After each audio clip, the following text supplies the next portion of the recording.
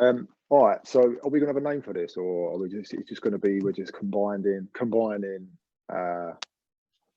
Well, if you want knowledge. a construction term, it's a JV, which is joint venture. Ooh, I like that. That's when two contractors come together to do a job. All right. So it's a JV relationship. It's a mental health JV.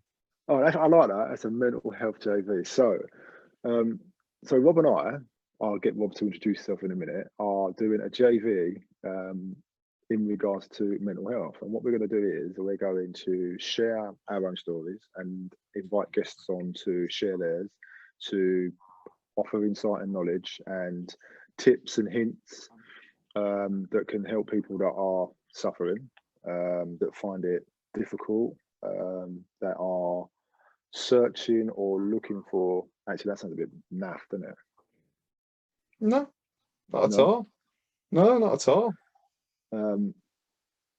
Yeah, I mean, we're looking to start a series that people can come to and get little nuggets of information and take that away with them, and then they can expand on the information that we give them.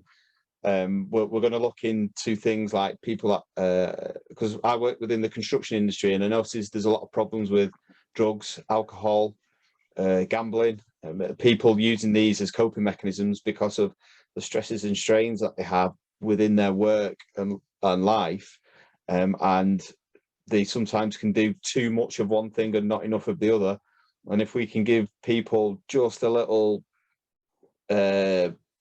push in the right direction to reevaluate and rethink about what choices that they're making in their lives, and off the back of that, we can then point them to say, look, this is what might work for you. You can get the information from here, and take it from there. And then we can step it up a level again, because with Lee's skill set, with his life coaching, he can then give you tips and tricks on what he does with his clients, and he can take it away. And then if you want to step it up again and take it further, you can always contact Lee, and you can arrange a one-to-one session with him, and he could set out plans and help you get your life back on track if you want it back on track, or to step up your game if you feel like you're plateauing and you're stuck in a certain level of your life, and you want to elevate it and do something better, because that's what he's done for me.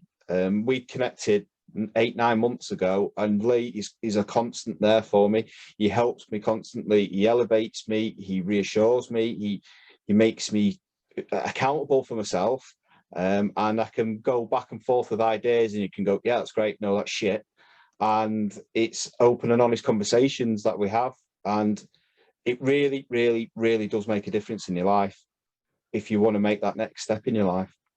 Yeah, I just adding on to the back of that, it's true. I think it just started with a conversation, and I have conversations with quite a few men that are at a certain point in their lives where they feel they're procrastinating on stuff, they have no purpose, they've got no direction, they feel quite helpless, they're losing their identities, they don't kind of know which way to go, they're kind of stuck on the roundabout of life, and they're not too sure what exit to take. And it's quite common in a lot of men that, going back to what was said, that the coping mechanisms for that are substance abuse, alcohol abuse, gambling, some, and that then leads to debt, and it leads to then conflict within the relationships, dynamics in the family change. There's pressures that then come with that, and it kind of keeps them on this constant loop of negative thinking, negative behavior, and just the way that they see life. And so we've just decided to kind of join forces and offer as much support or help that you can then use yourself and utilize that the best way that you can. Because look, we're not here to save people, but what we are going to do is give you what we have. And if you tell us what you need, then we can go away and then connect with the people that can give us that information, and then we can pass it to you. And slowly it will filter out, and we can all kind of start to help each other, because then someone else will know someone else that needs something, and then so on and so forth. And it just kind of goes away that way. But it always takes someone to start it. And so we just thought, sod it, let's just do that. So that's what we're going to do. We're going to do a JV. Yeah, absolutely. We're gonna have a JV, and then we're also going to get, like Lee's just said, we'll get specialists within those areas to come on and give a little bit more information than what me and Lee have, and hopefully something will resonate with you, which you can then go on and move forward in your life with. Yeah, and also, you know, if we're asking you for stuff, then it's only fair that we share stuff. You know, there's lots of stuff in my life that I'm happy to share with, because I've learned from those. And I kind of use that within my coaching practice anyway, because in order for me to understand people, I need to know how it feels. And so I always refer back to my past and how I dealt with situations. Not to say that they do it the same way, but it's just giving that a little bit more insight. And so I'm more than happy to share kind of where I've come from and how I got here. You know, it's not a secret, but there are a few skeletons in the closet, so be careful what you ask for. Hide and seek champion. But yeah, I'm exactly the same. I'm more than happy to talk about what I've gone through over the past few years. And I was one of those people that felt like I was stuck where I was in my life. I had and I still do have a very good career, earning good money, a nice house, family life. From the outside looking in, everybody would probably thought I was winning at life. But for me, I felt lost in my life because I didn't know which way to turn and how to deal with what I was feeling and what was going on around me. And I was then destroying everything around me. I was turning into a person that I didn't want to be. And luckily, I've now turned it around, and I'm finding great people like Lee to better myself in life. And that's what we want to do now for people out there. We want to help you better your life. So here's the thing, right, is the fact that as much as we encourage men to talk, excuse me, we know how difficult it is. Even when you're really, really shitty and feeling down. Now, I know I've been there myself. The last thing I want to do is ask for help, because my ego is telling me, what the fuck are you asking for help for? My insight is telling me, well, if you do that, then, you know, they're just going to help you because you're feeling vulnerable. So then what you do is you retreat back into yourself. And it's when you're in that by yourself that the information that you gather from us will help you. Because when you slightly come out of that, then you can go, you know what, mate, I was feeling this the other day. Because then you find the courage to do it. But when you're in it, it's hard. So as much tools and information as we can give you, that when you're feeling in that, the more it's going to help you. You know, because that's when it's the hardest, is when you're in it and, you know, the chaos ensues. You know, it really does. And sometimes you don't realize you're in it till somebody gives you the outsider view looking in. And also, just to caveat this, right, we're not going to tidy this YouTube thingy up. We're not going to make it all like, you know, okay, look at this, this is wicked. It's going to be real. I mean, there's a bit at the beginning that I was going to cut out, but I'm going to leave it in, because it's just showing you just how normal and down to earth we are. We're far from perfect, you know, like so far that you can't even see it at the distance. But that's the beauty of it, because we're just like you know, we're just like you. We have our own issues, we have our own problems, you know. We don't know what's coming for us, we don't know what's coming in our direction, but all we can do is just make sure that we've got the correct kind of frame of mind for it, and a good support network. And that's what it's all about. Yeah, absolutely, 100%. That's all it is. And it's just the way that we are. We want to help and be open and honest and as much as possible with everybody, and we're more than happy to talk about it. So, Rob, what do you do for a living? Well, I'm an actual bricklayer. I work within the construction industry, and I've now moved away from the big commercial sites that I used to work on. I was a project manager on big commercial brickwork sites. I'm now concentrating on the mental health within the construction industry. Off the back of that, I've set up a podcast called the MYH podcast, Mind Your Head podcast, to help people within the industry understand and know that there is help out there and where to get it, and give stories of hope of people that are within the construction industry have had their own mental health journey. They come on the podcast and they tell people their life experience and lived experience, and they can relate back to everybody and make them realize that I was in this horrendous place and I'm now here and I did this and this is how I did it. And it's all about giving information, knowledge, messages of hope, and just spreading awareness, that letting people know that there is help out there. You are absolutely not alone in this. And no matter how dark and terrible it feels, it always gets better with the help of others. Yeah, it really does. It really does. I mean, like, as he said before, you know, there's been times I've called him up and gone to him, look, what the fuck?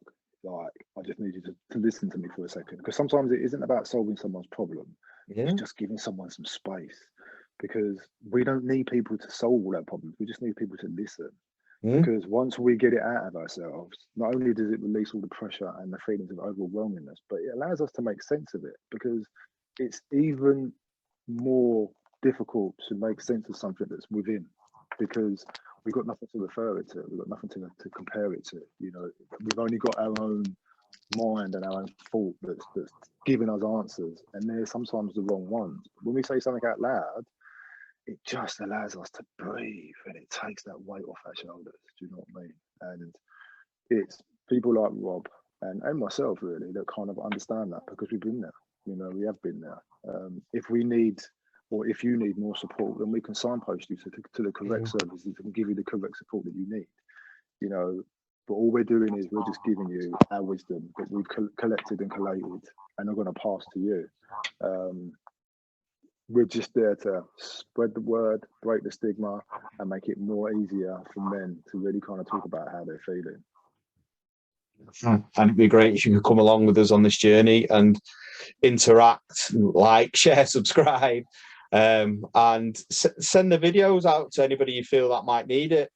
You might not know how to have the conversation with them, but you could send them a clip of our video and say, oh, I've been watching this, what do you think of this? And that might be enough to give that person a prompt to do something about it, or start speaking openly and honestly about how they're feeling. Or it might give them the courage to speak to you about it.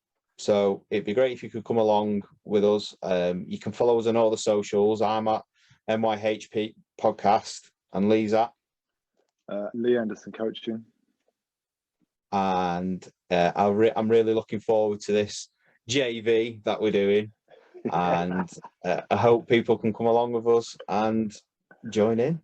Yeah, you know, that's what it's all about, mate. It's connection. That's how me and Rob and I met. We connected. I done a live. He asked to come on it. We got a live, and we've just struck up this kind of this relationship. You know what I mean? Like, I count him as one of my good friends now. We talk every single day, just exchanging crap, having funnies, having a giggle.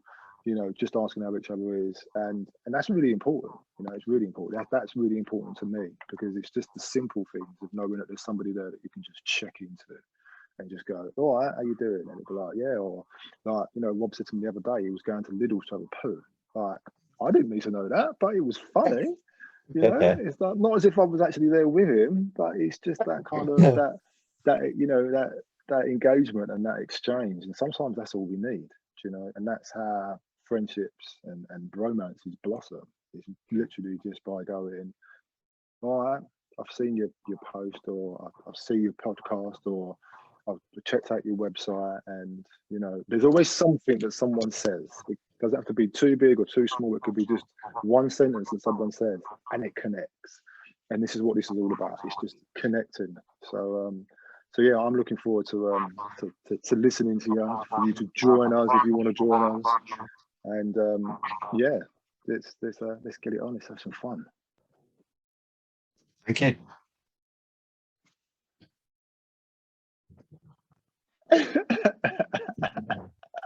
Shall I stop it now? It's up to you, mate. We can keep going if there's any nuggets of gold that are going to come out in a minute. Do you know what? Right. The funny thing is I don't know about you, but whenever I do a podcast, once I press stop, it's almost like I'm like, right, and then you kind of go back into like Limo. Yeah, really. You just you know, you start chatting, and some of the best stuff comes out after that.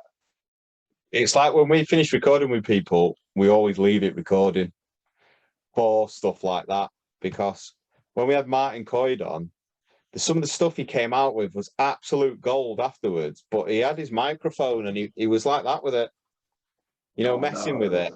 So you couldn't make it out, so we couldn't use it. Oh mate, I'm always a little bit paranoid about leaving it running because people are really conscious, like when you're Yeah, recording yeah, it, because yeah, they know it goes recording and they know when it yeah. finishes as well. Because I go to them like, and then like we'll cut it and I go, oh mate, you know what? Is that all right? Like I thought I spoke too much. Did I say too much? Did I sound all right? Like I don't know if I should have mentioned this or I should have mentioned that. And I was like, look, it doesn't matter. Like it's about you. Yeah. You know, like you can listen to it after before I let it go. You know what I mean? And then and they'll listen to it and go. And the funny thing is, I don't know if you notice this, but people always say, I forgot half the stuff that I said. Mm. Like, I completely forgot half the stuff that I said. And it's for them, and this is I think the most cathartic thing for people is that they always say to me, I got so much out of that. Yeah. I got so much out of just putting it out there and letting, you know, just giving it away because Well, they keep it. people are passing it on, aren't they? Because a lot of the time when you interview people, they don't. A lot of the stuff they tell you, they've never told anybody, and it's their way of decompressing it all and debriefing. And sometimes we get a lot of people, and I do it as well. I think when I finish recording, I think I just waffled turd there. But when you listen back to it, you're like, oh, actually, that made sense. I made sense what I said there, or the person made sense, and it's all part of the cause, isn't it? And is Yeah. like you said about the mistake that was put it. We always leave mistakes in the podcast because it's just shows the human side of us. We're not robots. We're not actors. We're not whatever. Oh, hang on a minute. Hang on. Speak for yourself, Mr. Muldoon. Like, you found yourself in front of many cameras, mate. You know what I mean? Lately, I have, yeah. It Like, seems so to much be the way so, that things are yeah. going. I had a phone call this morning off the Biscuit Tin Face saying that book the first week or the second week of February out because we're back on the road again. Back So on the road again. Shit use, mate. You know what I mean? Little celebrities around about the UK. You're going to go international soon. You know what I mean? I should get some gigs over here in France. You can go yeah, global. do that. Hey, I had my mate who he lives 2 hours north of Bordeaux, and What he is he going that way? I don't know which way north is for you, Right, mate. right. I know I'm But southwest, so it's got to be back up that way, isn't it? So he I must be know close to me Bordeaux. then. Yeah, he's not that far from you, I don't think. Yeah, But he's if he's desperate for a north of plasterer. Bordeaux. Oh, is he? Yeah. He's like, can you plaster? I'm like, I can do it, but I'm not. It's like 450 square meters, a massive, massive. But they've converted an old farm building. They're huge, mate. Yeah, and done Yeah, like it's a guy's like third home or something like that. Some big really. rich guy from America, from the UK, and it's Oh, just one really? of his many houses he has. Yeah. But they barns. I mean, the barns here in France are huge. Like, I've got a couple of barns, and like they're massive. You know what I mean? And we put new roofs on them, but internally we was just kind of like, it's just too much money, man. It's expensive. Like we have, Mm, as Brits coming to France, you get a lot of property, and you're like, God, I couldn't afford this back in the UK. Yeah, you couldn't, but you know what, mate? You can't afford to do the fuckers up either mm, because you've got to hire artisans, and artisans they're top notch. Like they're in, like we're talking like the dollars, like mm, really. And you just kind of like, okay, so what do I get, a new roof or do I get a new wall? That's how ridiculous it is. So it's all good yeah. having like a couple of barns here and a bit of land, but mate, that takes half of your life to look after it. Like it Yeah. really does. Like, but we as English, we kind of fall into that romanticizing about it. It's like, oh, we've got this really nice place in France. It's kind of like, yeah, you come and cut my grass. You know what I mean? No, seriously.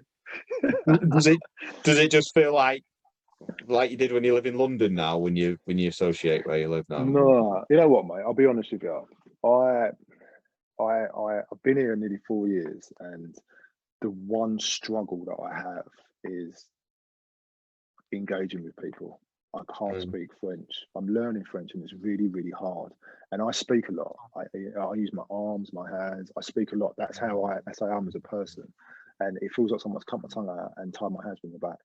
I struggle so much with it, and I've had to readjust a lot I do a lot of stuff on Zoom. I do a lot of stuff on Instagram because it's my way of kind of building a community that I can interact with people. Otherwise, it really does impact my mental health. The saving grace of that is being able to go out with the dogs and just walk for miles, listen to a podcast or something. And so I'm starting to be more grateful for the things that I have. And it makes me understand the things that I need for me as a person. I miss aspects of London, i.e. going into a shop and going, all right, love, how's your day?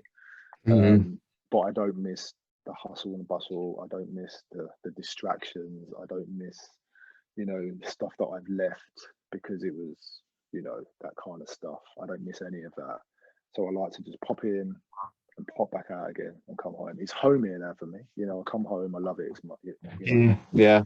but it does. Go on. I was going to say, does it feel like home now, or does it still feel like a holiday? No. It feels like home.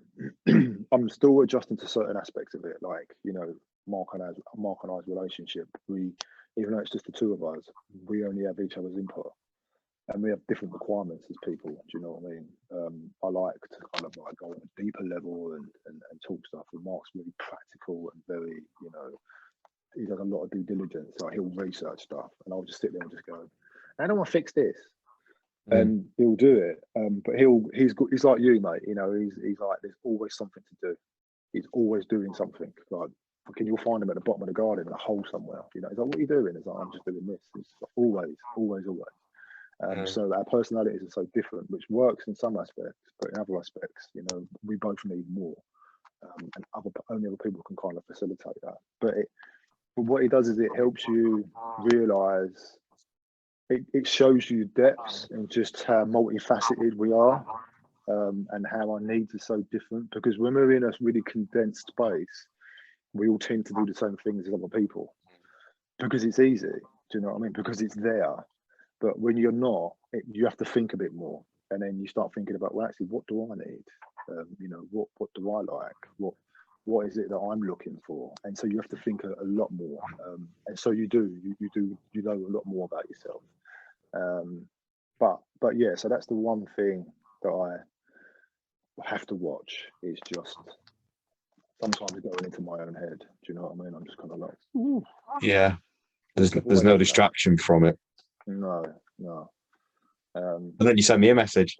Yeah, that's when I got you. You know what I mean? But that's proof in the pudding, though, isn't it? You know, I had to find my support. I don't have to explain to you. I'm just like, look, I'm feeling this, and you're like, all right, let's have a conversation.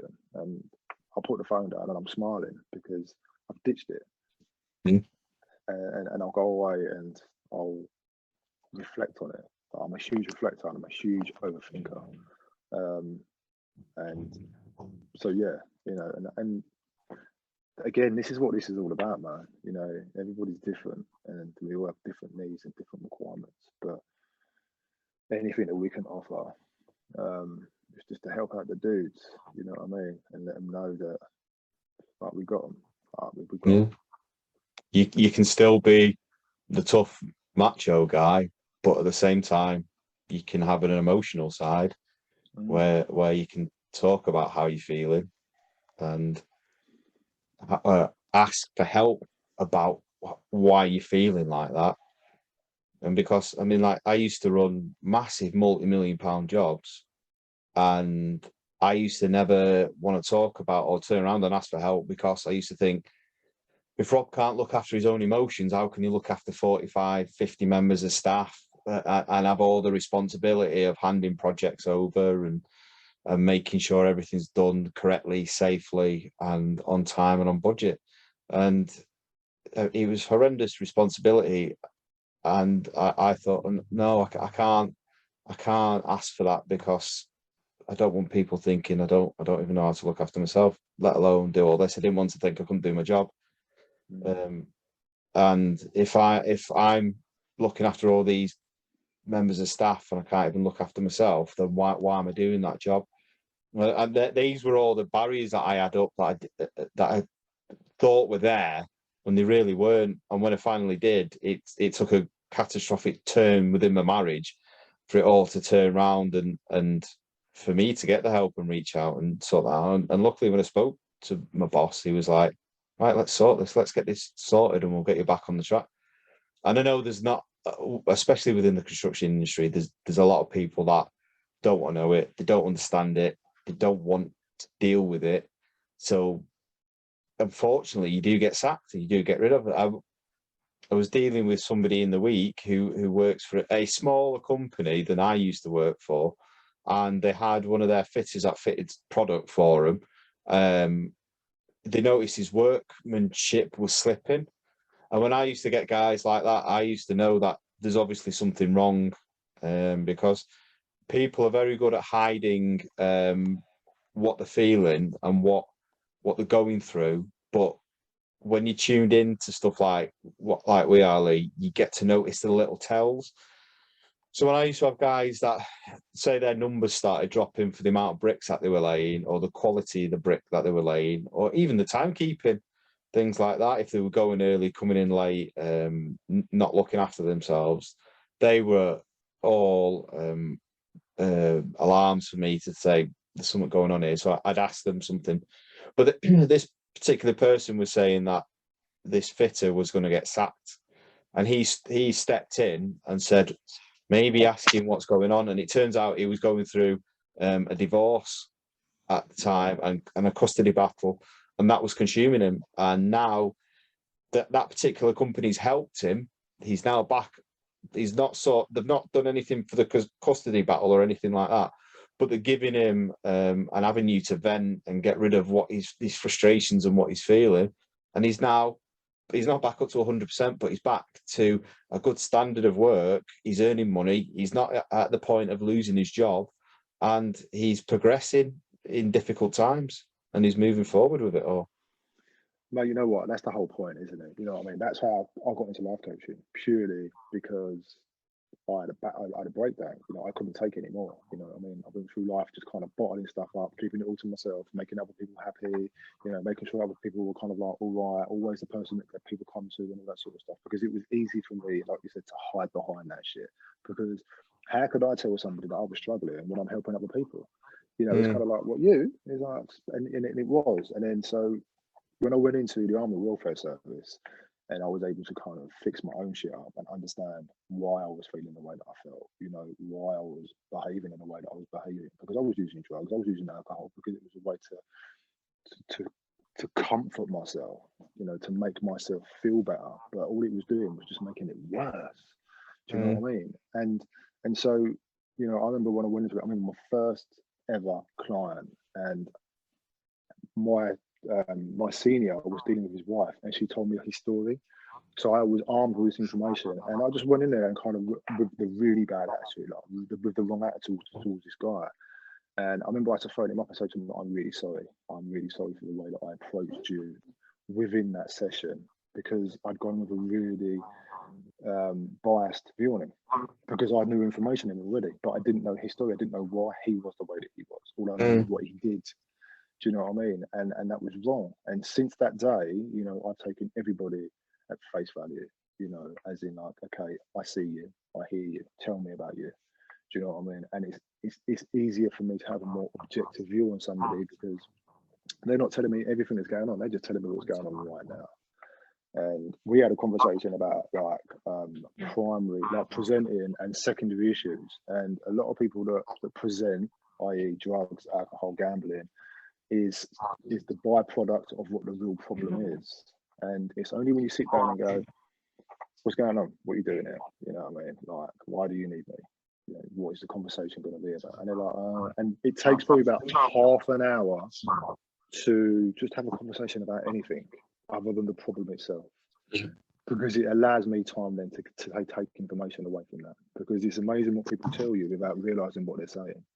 Yeah, I mean? Yeah. And if you tap into that, and then what you do is you relate it back, you make it relatable, and then people will then tell you a bit more, and they'll tell you a bit more, and they'll open up more. And it isn't about, it's about me finding information about them that I can then help them get to the root of their problem.